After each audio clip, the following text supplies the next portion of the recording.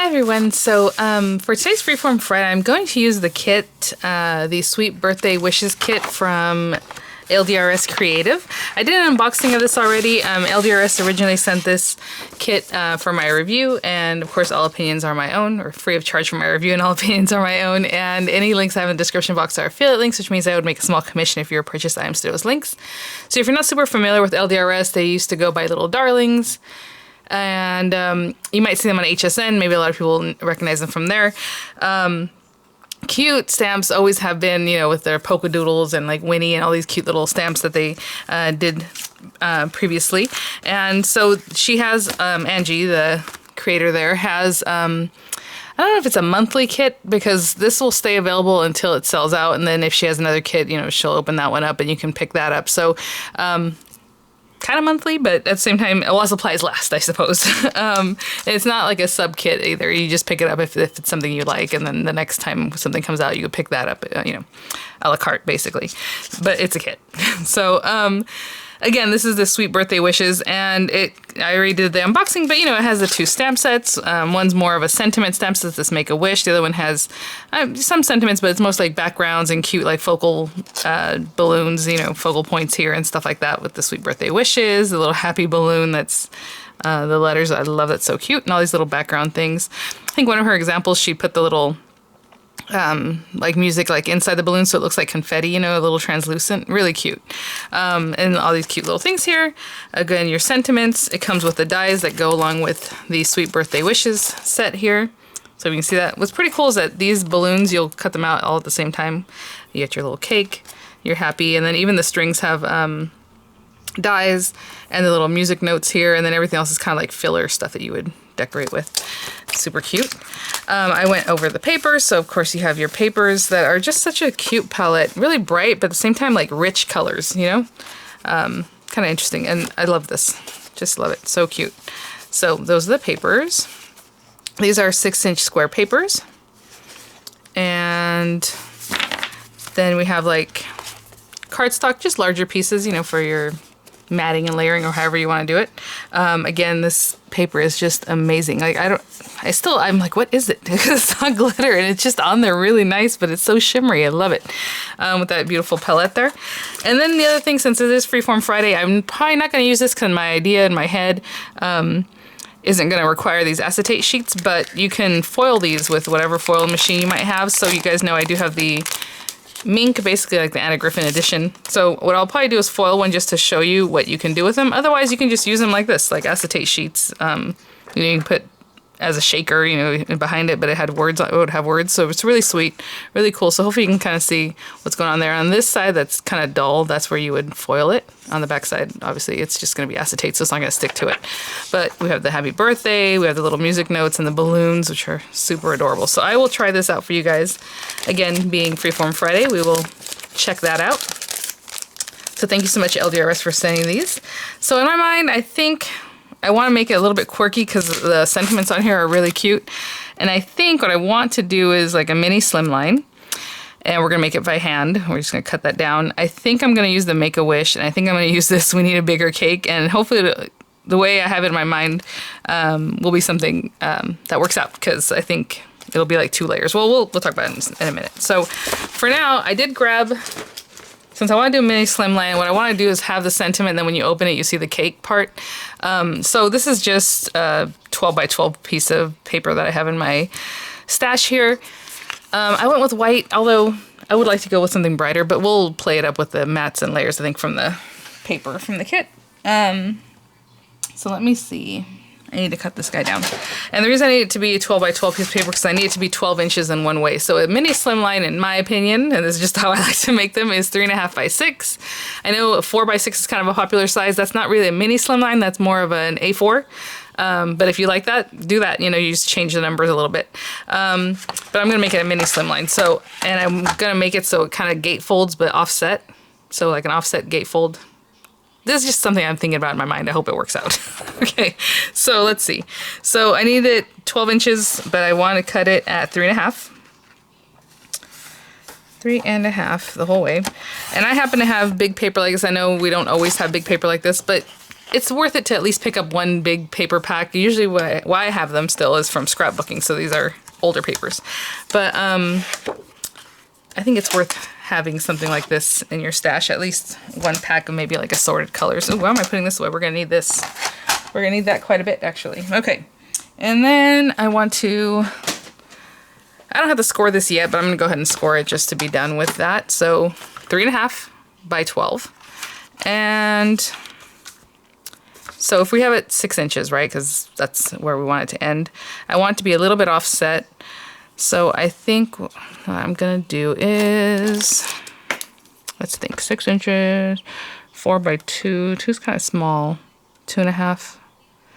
Okay, let's do 2.5 on one side. And 3.5 on the other. It's only an inch difference.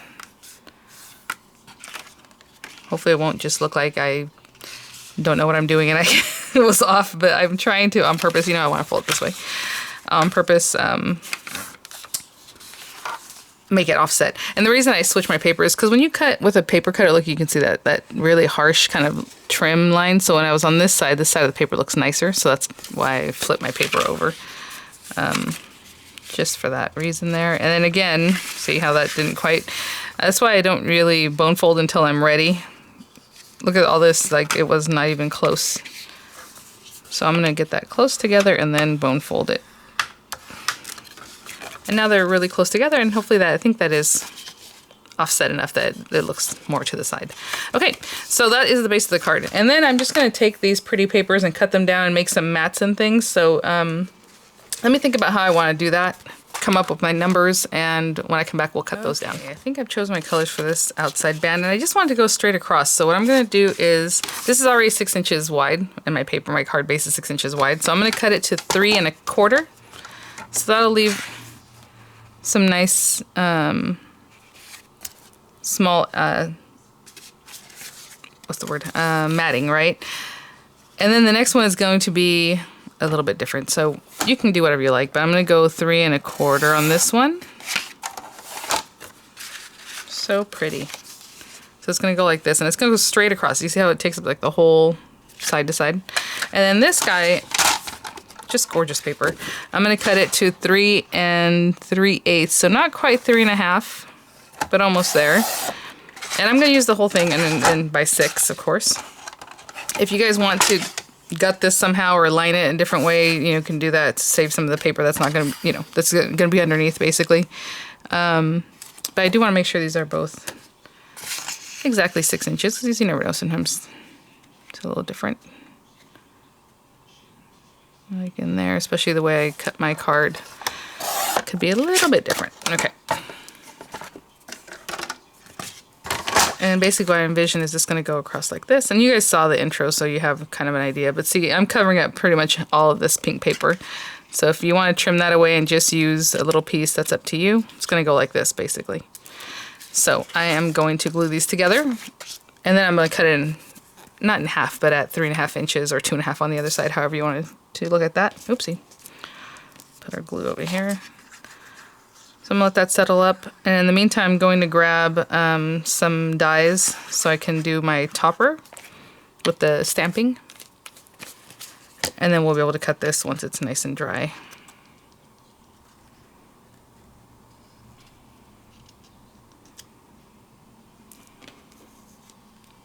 Okay, I'll be back. Okay, so I have a scrap piece of paper here. It's not really marker paper, so I'm gonna do some coloring, but not a whole lot. It's just a white piece of paper. And I'm gonna stamp the Make-A-Wish, and I'm gonna stamp it in black, and then I'm gonna use some of the other colors of inks to do some of the little confetti just to make it a little more festive. And then we're gonna cut these out. So I picked out a circle die and then like a scallop circle that I have that kind of nest over each other, and I think will fit in here really nicely. I think it'll be really cute. So let me open this up. Oh. I think it'll be a sweet card, and you can do this with, you know, any anything you like. I think it'll look really cute. So, oh, I do want to mention they are photopolymer stamps, and I'm giving myself room for the circle And then my little cake I'm going to put down over here so I have room. Look at that. Lovely.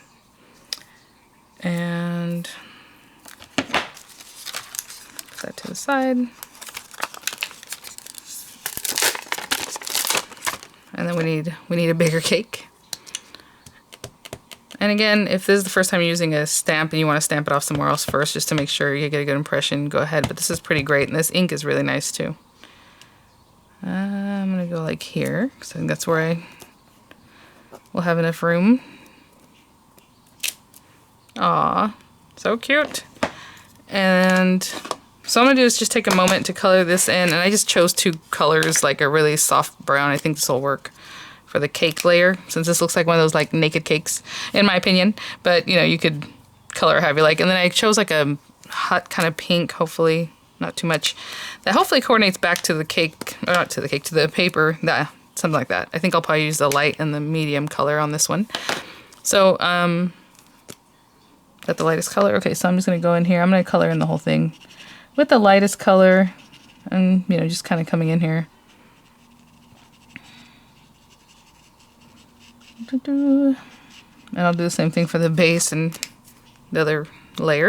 And then with the darkest, I'm not taking too much. Like I said, this isn't really marker paper, so I don't want to do too much blending, but I am adding a little color here and there. And then I blend it back out with the lightest color, okay? And I'll do the same thing for the icing. Okay, I'll be back. Got that done. And then I'm just going to take the little confettis. There's a few different ones. And I'll just stamp all around the Make-A-Wish just to give it some color. So I just chose some of these colors. I have Bali Blue, In Your Face Orange, Dark Wash Jeans. Maybe I'll throw something else in, but for now, oh, juicy, juicy. I can see it's really juicy pad there. So I'll go in here and just add, you know, different pieces here and there. Whatever happens when I cut it with the circle, that's fine. I just want it to look just kind of organic and fun. So I'll grab like this one and I'll use like the lighter blue. So I'll just go around and do that. Maybe I'll do it around the cake too. You know, add in some orange and just stamp all around. Okay. And I'll grab it. My workspace is getting smaller here. We're just going to cut these out. So I'm just going to, you know, put that on here, run it through, and then do the same thing for my little cake. And run it through also. Okay, so I will be right back.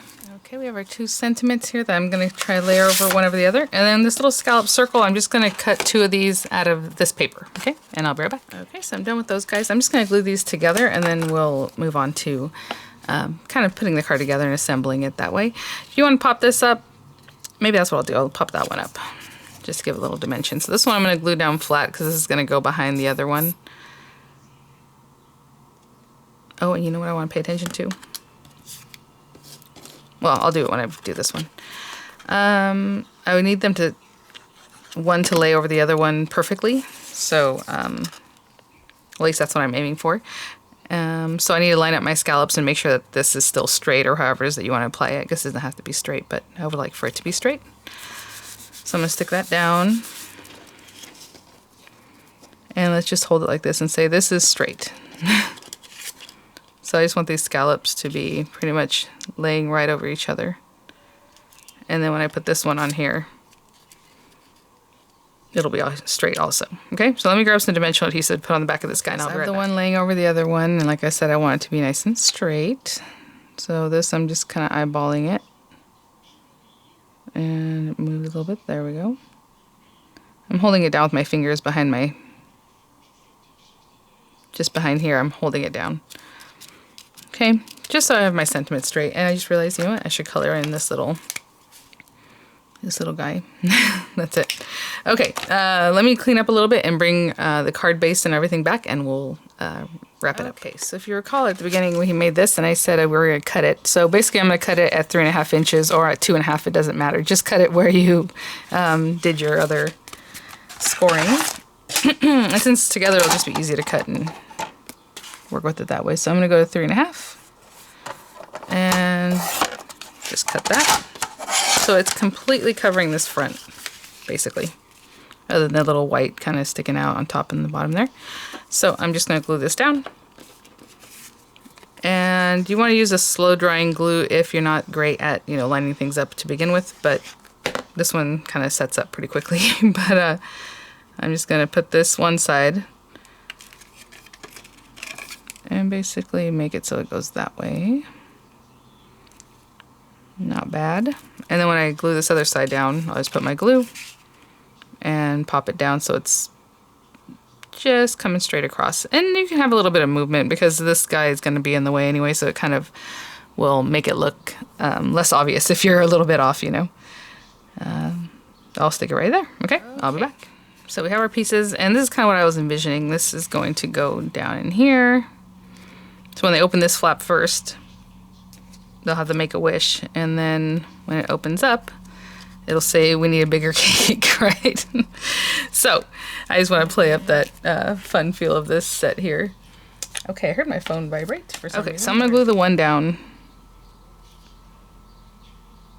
And then the other one. So I'm going to glue just the one side. Hopefully. Let's get this glue going. There we go. About there. I'm not going completely to the half just in case, so I can kind of play with this a little bit. And something like that, a little bit more this way. Okay, I'm gonna let that set up. Clean up any glue I might have gotten on the back, because of course we don't want to glue our cards shut. I'm gonna let that set up before we add our topper. In the meantime, I think I'm also gonna put a bow on this, because why not? So I have this satin ribbon. Yeah, it's only like a 5/8 inch, and I'm just gonna make a bow. I'm not sure if I'm gonna make a big guy like I like to do, but let's see.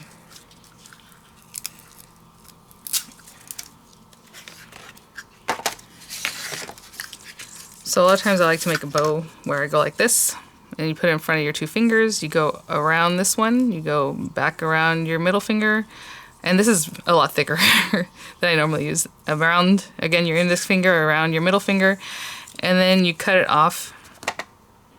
You know what, I'm gonna do it a little bit different because I want to cut that edge off. It's not the prettiest edge there. Okay.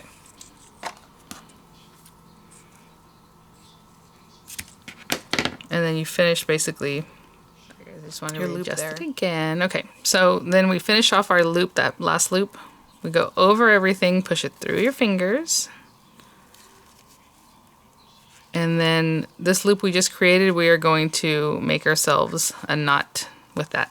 A little bit short. I probably should lift myself a little bit extra, but I'm gonna go through that loop we just created on top there, if I can grab this. And pull it tight. Let me get this off my fingers. So it's a little bit different when you're using really thick ribbon. I do this a lot with, what's this stuff called? Twine. Let me get this off my finger. There we go. And look how cute. And you can just arrange it, mess with it. Okay, I'll be right back. Okay, so now we're just gonna top it with this little guy, and then I'll add my bow. So again, I just want to put glue on the half, and I'm trying to line it up perfectly over it so it doesn't look like there's another sentiment, so it's just kind of hidden away. I thought that was kind of fun. So let's get this on here, and then I'll fire up my mink, and we'll try out the those acetate sheets. Oh, again, I said I wanted it straight, didn't I? There we go.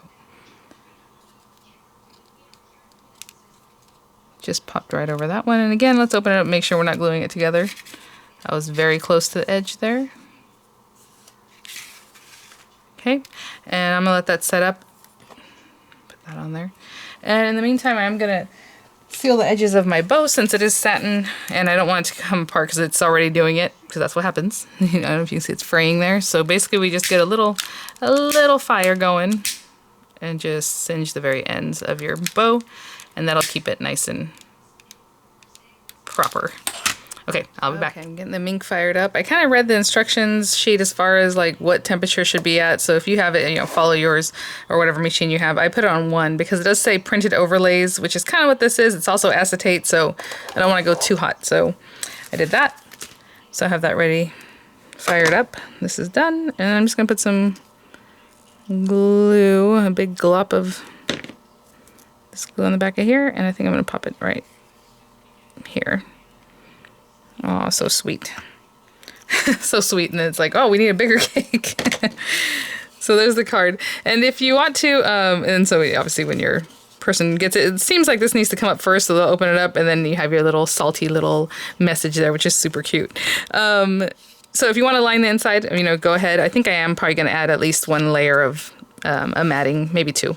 But we can do that, and I'll have pictures for you. Again, just really simply, probably just shy of 6 inches by, you know, 3 3/8 like I like to do, so it's just in here. Okay, so cute. All right, so let's try out this mink. I don't know if it's ready yet, so I'm gonna give it a few more minutes and we'll try out the acetate sheet. Okay, so let's see. I chose this kind of rose gold. And let's do the words, the happy birthday with all the words. And we can trim this down. I was just gonna put the whole thing, but I'll go ahead and trim it down a little bit. Sorry, guys.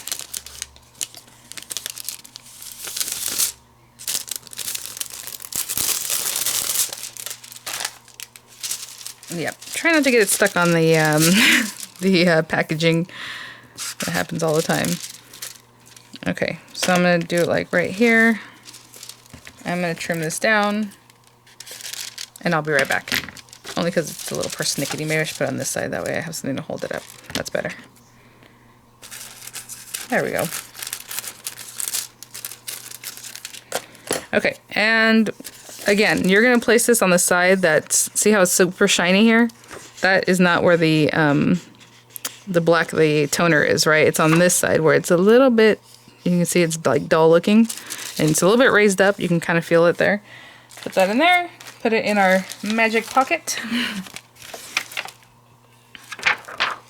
And I'll run it through and see if I got it hot enough there.